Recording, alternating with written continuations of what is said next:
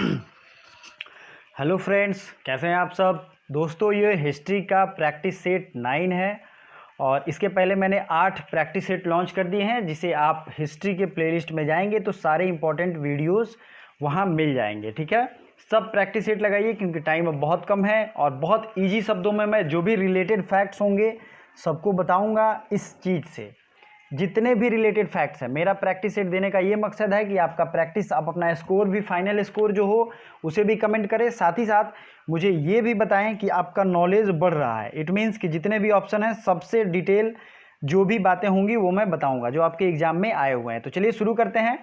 पहला क्वेश्चन है, neo Hinduism new proponent, नव हिंदूवाद के नए प्रतिनिधि कौन है। ठीक है, तो ऑप्शन 1 है राजा राम मोहन राय, स्वामी विवेकानंद, दयानंद सरस्वती और रामकृष्ण परमहंस। ठीक है दोस्तों, तो न्यू हिंदुइज्म का कॉन्सेप्ट दिया था किसने? स्वामी विवेकानंद ने। अब स्वामी विवेकानंद को आप कैसे जानते हैं, क्या क्या सवाल पूछे जाते हैं, सब हम लोग देखेंगे, रिवीजन करेंगे। नरेंद्र नाथ दत्त इनके बचपन का नाम था। ठीक है, इनको स्वामी बाद में कहा जाने लगा और इन्हें नव हिंदूवाद का जनक कहा जाता है। इन्होंने ईस्टर्न और वेस्टर्न सिविलाइजेशन को एक मेल करते हुए बहुत ही अच्छा प्रस्ताव रखा था। दूसरी चीज़, इन्होंने रामकृष्ण मिशन की स्थापना की थी 1897 में। और रामकृष्ण मिशन क्यों स्थापित किया गया था? क्योंकि इनके गुरु का सपना था। ठीक है, इनके गुरु कौन थे? रामकृष्ण परमहंस। ठीक है दोस्तों, इन्होंने वर्ल्ड रिलीजियस कॉन्फ्रेंस, मतलब वैश्विक धार्मिक समागम जो हुआ था उसमें इन्होंने भारत को रिप्रेजेंट किया था और अपने भाषण की शुरुआत भाइयों और बहनों से किया था, जिसे लोगों ने बहुत ज़्यादा प्रभावित किया था और ये बहुत फेमस भी हुए थे। ठीक है, तो आपको ये ध्यान रखना है, इतनी सारी इंपॉर्टेंट चीज़ें आपको ध्यान रखनी चाहिए। तो ये जो राजा राम मोहन राय है, इससे आपको क्या याद आता है? इनको राजा की उपाधि दी गई थी अकबर द्वितीय के द्वारा। ठीक है, और ये भारतीय सामाजिक सुधार आंदोलन के अग्रदूत माने जाते हैं। कई बार ये भी क्वेश्चन पूछा गया है। इनकी जो उपलब्धियां हैं आपको याद रखनी चाहिए। 1828 में इन्होंने सती प्रथा के लिए प्रयास किया और 1829 में एक्ट भी आया था सती प्रथा के लिए। और 1828 में कौन से सभा की स्थापना की थी इन्होंने? बताइए, बहुत लोगों को याद होगा। ठीक है, 1829 में सती वाला एक्ट भी इनके प्रयासों से ही लाया गया। 1875 में स्वामी दयानंद सरस्वती ने कौन से समाज की स्थापना की थी? बताइए, ये आपको याद होना चाहिए। ठीक है, तो राजा राम मोहन राय ने ब्रह्म समाज की स्थापना की थी और दयानंद सरस्वती ने, बताइए, देखते हैं कितने लोगों का सही होता है। ब्रह्म समाज की स्थापना राजा राम मोहन राय ने, आर्य समाज की स्थापना की थी दयानंद सरस्वती ने। ये किया था 1875 में। इन्हें भारत का मार्टिन लूथर भी कहते हैं। अब इम्पॉर्टेंट चीज़ आपको क्या याद रखनी है तो मैं आपको बता देता हूँ। आर्य समाज की स्थापना दूसरा क्वेश्चन है ही, तो इसका राइट आंसर क्या होगा? 275। अगर आपको इसकी पीडीएफ चाहिए तो one day exam point channel का टेलीग्राम ग्रुप ज्वाइन कर लीजिए। वहाँ पे हिस्ट्री, पॉलिटी और आज बायोलॉजी और साइंस के भी पीडीएफ सेंड किए गए हैं वन डे एग्जाम पॉइंट पे, तो आपको वो सब्सक्राइब कर लेना चाहिए, चैनल भी और वो टेलीग्राम लिंक भी। टेलीग्राम में आपको सारे पीडीएफ मिल जाएगा, आप फिर से आराम से प्रैक्टिस कर सकते हैं एग्जाम से पहले। 1875 में आर्य समाज की स्थापना की गई थी दयानंद सरस्वती के द्वारा। वेदों की ओर लौटे, इन्होंने क्या नारा दिया था? वेदों की ओर लौटो। और क्या इन्होंने शुरू किया था? शुद्धि आंदोलन। क्या शुरू किया था? शुद्धि आंदोलन। दोस्तों, मैं जितने फैक्ट्स बताता हूं आपका टोटल चैप्टर आराम से कंप्लीट हो जाएगा। साथ ही साथ मैंने वीडियो भी का लिंक भी शेयर किया था, जिन लोगों ने पढ़ लिया होगा उनका तो ऑटोमेटिक कंप्लीट हो जाएगा। तो आगे बढ़ते हैं। प्रार्थना समाज की स्थापना किसने की थी? ऑप्शन है आत्माराम पांडुरंग, M.J. चंद्रकर, ज्योतिबा फुले, M.G. रनाडे। बताइए। तो आपको ये ध्यान रखना है कि प्रार्थना समाज की स्थापना हुई थी 1867 या 1867 में, और इसके जो संस्थापक में से एक जो थे वो कौन थे? महादाऊ गोविंद रनाडे थे, M.G. रनाडे। लेकिन ये मूल रूप से तो संस्थापक नहीं हुए ना, आपको यही समझना है कि ये संस्थापक में से एक थे। मूल रूप से थे आत्माराम पांडुरंग। इसकी स्थापना हुई थी बम्बई में, और ये दोनों जो थे वो केशव चंद्र सेन के शिष्य थे। तो दोनों चीज़ें आपको ध्यान रखनी है। साथ ही साथ वीडियो को लाइक करते चलिए। तो अगला फैक्ट जो है, जो भी ऑप्शन है, जैसे कि ज्योतिबा फुले, इन्होंने क्या स्थापना किया था? इन्होंने भी औरतों के उत्थान के लिए बहुत ज़्यादा काम किया था। ठीक है, औरतों के उत्थान के लिए, उनके आगे बढ़ने के लिए, उनकी जो दशा थी उस पर इन्होंने बहुत ज़्यादा अपना रिसोर्स यूज किया और इन्होंने सत्यशोधक समाज की स्थापना की थी 1873 में।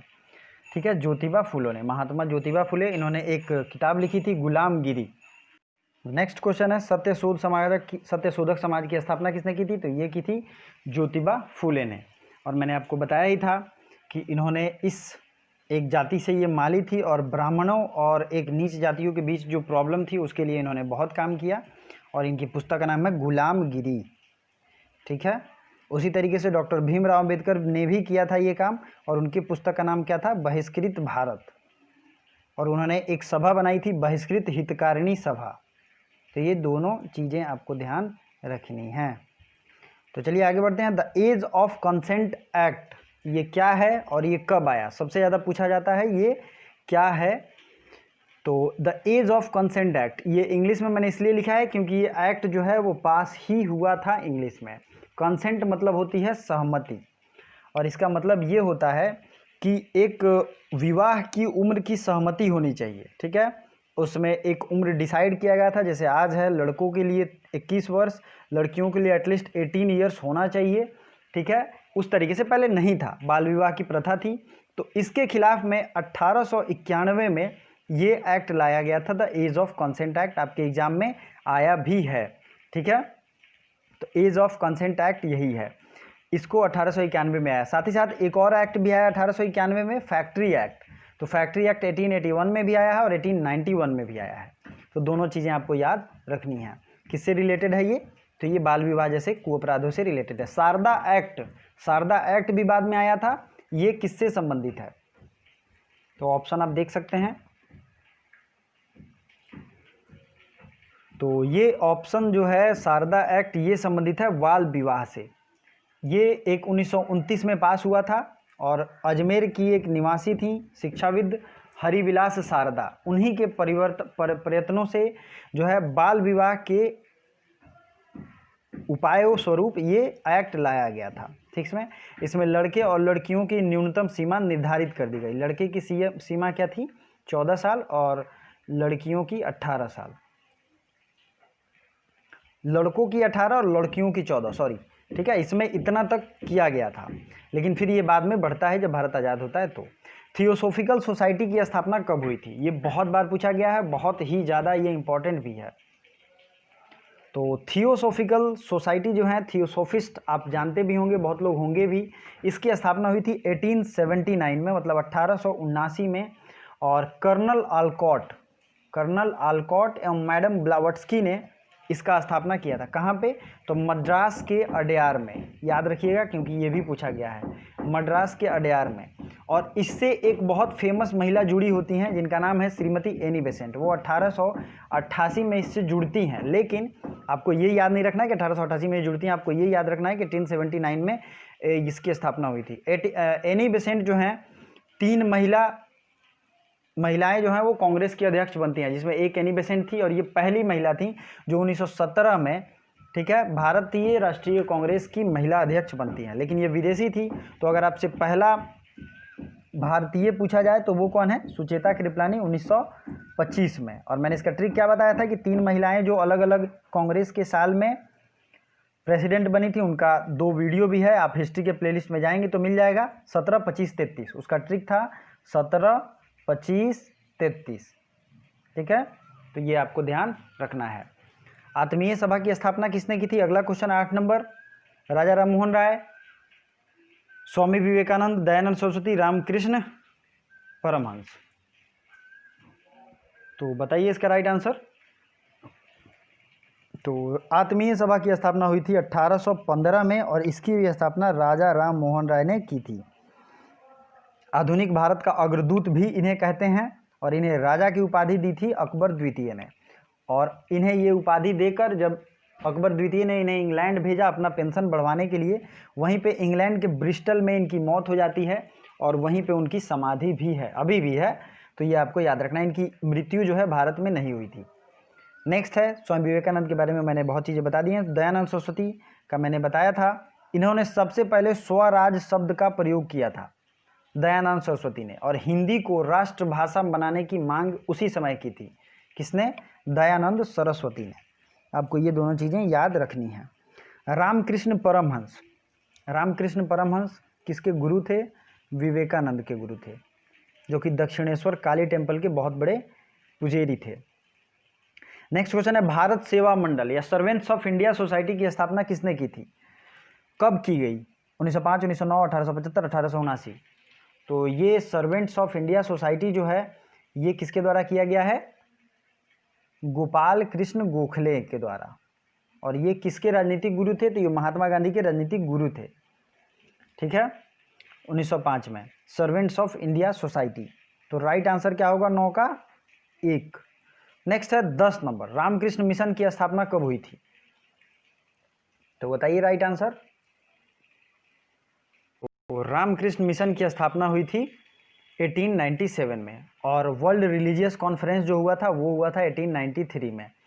ठीक है, वैश्विक धार्मिक समागम या सम्मेलन जो हुआ था सैन फ्रांसिस्को में, अमेरिका में ही हुआ था ये। ठीक है, आपको ये ध्यान रखना चाहिए। और इन्होंने हिंदू धर्म को काफ़ी सुधारने का प्रयास भी किया स्वामी विवेकानंद ने। तो अब कुछ अलग टाइप के क्वेश्चन भी देख लेते हैं। चंद्रगुप्त का विशेष रूप से वर्णन किस ग्रंथ में हुआ है? तो ये ग्रंथ कौन सा है बताइए? ये है मुद्रा राक्षस। मुद्रा राक्षस को किसने लिखा है? तो ये लिखा है विशाख दत्त। अर्थशास्त्र किसकी रचना है? तो ये है कौटिल्य की। कौटिल्य का और नाम क्या है? विष्णुगुप्त चाणक्य। ठीक है, और कौटिल्य इस बार का जो asset anti satellite weapon system का प्रयोग किया गया था वो उसका भी नाम था कौटिल्य। राजतरंगिणी के लेखक हैं बताइए? कल्हण। और ये कश्मीर का इतिहास है राजतरंगिणी। क्वेश्चन ये पूछा गया है। लोकहितवादी के नाम से प्रसिद्ध थे गोपाल दास, गोपाल हरि देशमुख, महादेव गोविंद रानड़े, ननुक दास। तो ये थे गोपाल हरि देशमुख। दोस्तों, जिनका भी सामाजिक धार्मिक आंदोलन थोड़ा वीक है वो वीडियो के लिंक मैंने टेलीग्राम में शेयर कर दिए हैं, वहाँ से देख के नोट्स बना सकते हैं। अगला क्वेश्चन है मगध की प्रारंभिक राजधानी क्या थी? तो मगध की प्रारंभिक राजधानी थी राजगृह, और इसके संस्थापक का नाम था वृहद्रथ। फिर आगे आते हैं हर्यक वंशी, और हर्यक वंश के संस्थापक थे कौन? तो बिंबिसार, और इसकी भी राजधानी राजगृह रहती है। हर्यक वंश बिंबिसार, फिर उसके बाद बिंबिसार के बाद अजातशत्रु, फिर उदयन। उदयन ने ही पाटलिपुत्र शहर को बसाया था। भारत के प्राचीनतम सिक्के हैं, किस चीज़ के सिक्के हैं? तांबे, सोने, हीरे और चांदी के। तो ये हैं तांबे के। ठीक है दोस्तों, नेक्स्ट है गायत्री मंत्र इज क्रिएटेड बाई। गायत्री मंत्र की रचना किसने की थी? किसी ऋषि ने की थी। विश्वामित्र, इंद्र, कालिदास एवं तुलसीदास। तो ये किया गया है किसके द्वारा बताइए? विश्वामित्र के द्वारा। और गायत्री मंत्र जो है ये ऋग्वेद के 9वें मंडल से लिया गया है। ठीक है, कालिदास, तुलसीदास से आपको क्या याद आता है? कालिदास ने बहुत सारी रचनाओं को लिखा है। तुलसीदास ने रामचरितमानस लिखा है। कुमार संभवम, मेघदूतम, रघुवंशम, ये सब लिखा गया है कालिदास के द्वारा। तो आई होप आपकी रिवीजन बहुत अच्छी हो रही है। तो रिवीजन आपकी बहुत अच्छी हो रही है तो प्लीज़ चैनल को सब्सक्राइब करें, लाइक बटन दबाएं और ज़्यादा से ज़्यादा वीडियो को शेयर भी करें। आपके पास जितने भी स्टडी ग्रुप हैं सब में जाके इस वीडियो को शेयर कीजिए। शेयर करने से बहुत ज़्यादा बेनिफिट मिलेगा, जो लोग और भी हैं पढ़ने वाले, और उन्हें पता भी चलेगा। Thank you so much for sharing. जो लोग शेयर करते हैं उन्हें दिल से धन्यवाद। अगला क्वेश्चन जो है वो मोस्ट इंपॉर्टेंट है। BHU का शिलान्यास किस गवर्नर जनरल ने किया था? बनारस हिंदू यूनिवर्सिटी की बात हो रही है, जिसके संस्थापक थे पंडित मदन मोहन मालवीय। और इन्होंने कब बनाया था? तो 4 फरवरी 1916 में इसकी स्थापना की थी, बसंत पंचमी के दिन। तो लॉर्ड हार्डिंग जो थे इस समय के गवर्नर जनरल थे 1916 में, और उन्होंने ही इसकी अध्यक्षता की थी, इसकी शिलान्यास की अध्यक्षता। ठीक है दोस्तों, और एनी बेसेंट भी इनके साथ आई थी। तो ये दोनों चीज़ें आपको याद रखनी है। 1898 में जो सेंट्रल हिंदू कॉलेज बनाया गया था उसकी जो शिलान्यास प्रोग्राम में एनी बेसेंट भी थी। तो 1916 में थी, 1916 में थे लॉर्ड हार्डिंग। मैक्सिमम चीज़ें आपको पता हो गई। National council of education establishment, मतलब इसकी स्थापना कब हुई थी? नेशनल काउंसिल ऑफ एजुकेशन बहुत बार और बहुत इंपॉर्टेंट क्वेश्चन है। तो इसकी स्थापना हुई थी 1906 में। 17 का राइट आंसर होगा 3। ठीक है। इस वीडियो के लास्ट में मैं आपसे सवाल भी पूछूंगा, तो ज़रूर उसका जवाब दीजिएगा। Asiatic Society of Bengal started by, तो एशियाटिक सोसाइटी ऑफ बंगाल ये दरअसल बंगाल में ही इसकी शुरुआत हुई थी, कलकत्ता में। लेकिन इसका जो राइट ऑप्शन है वो यहाँ है, विलियम जोन्स, मैक्स मुलर और जेम्स प्रिंसअप। इनमें से कौन सा राइट आंसर होगा? तो राइट आंसर होगा, बताइए, सर विलियम जोन्स। 1784 में एशियाटिक सोसाइटी ऑफ बंगाल की स्थापना हुई थी। भगवत गीता को अंग्रेजी में सबसे पहले किसने अनुवादित किया था? आपके पास ऑप्शन सेम है, क्वेश्चन बस अलग अलग थे। तो ये चार्ल्स विल्किंस ने किया था भगवत गीता का अंग्रेजी में अनुवाद, ठीक है। पहले संस्कृत में था। अगला क्वेश्चन है, नील विद्रोह कब हुआ था? तो नील विद्रोह 1860, 1861, 75 और 57। तो ये हुआ था 1860 में, ठीक है। और सिद्धो कान्हू इसके मेन लीडर थे। झानो फुलो भी उनके भाई बहन थे और पूरी फैमिली इसमें मारी गई थी। नेक्स्ट है, विवेकानंद के गुरु का नाम क्या था? लेकिन इस क्वेश्चन का जो भी राइट आंसर होगा आप लोग प्लीज़ कमेंट बॉक्स में कमेंट करना, मुझे बहुत अच्छा लगेगा। विवेकानंद के गुरु का नाम, जो कि बहुत बार एग्जाम में पूछा गया है। Thank you so much for watching till the end.